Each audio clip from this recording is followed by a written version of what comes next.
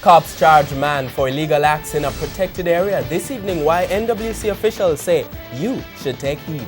Good evening and thanks for joining us on Primetime News. A special welcome to viewers on OneSpotMedia.com. I'm Archibald Gordon. And I'm Doreen Samuels. Also this evening, Parish Councils Association takes issue with Security Minister. St. James communities consider crime fix and lament opportunities for youth. The poll that suggests Mark Golding has an edge in a race involving Colin Campbell. In the financial week, net international reserves fall for a third straight month. There's also sports commentary, E-Prime and weather in this newscast. But first, the feedback question.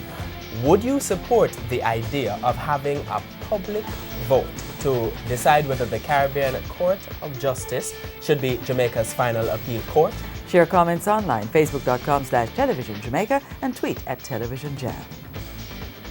Stay with us, Primetime News returns right after this break.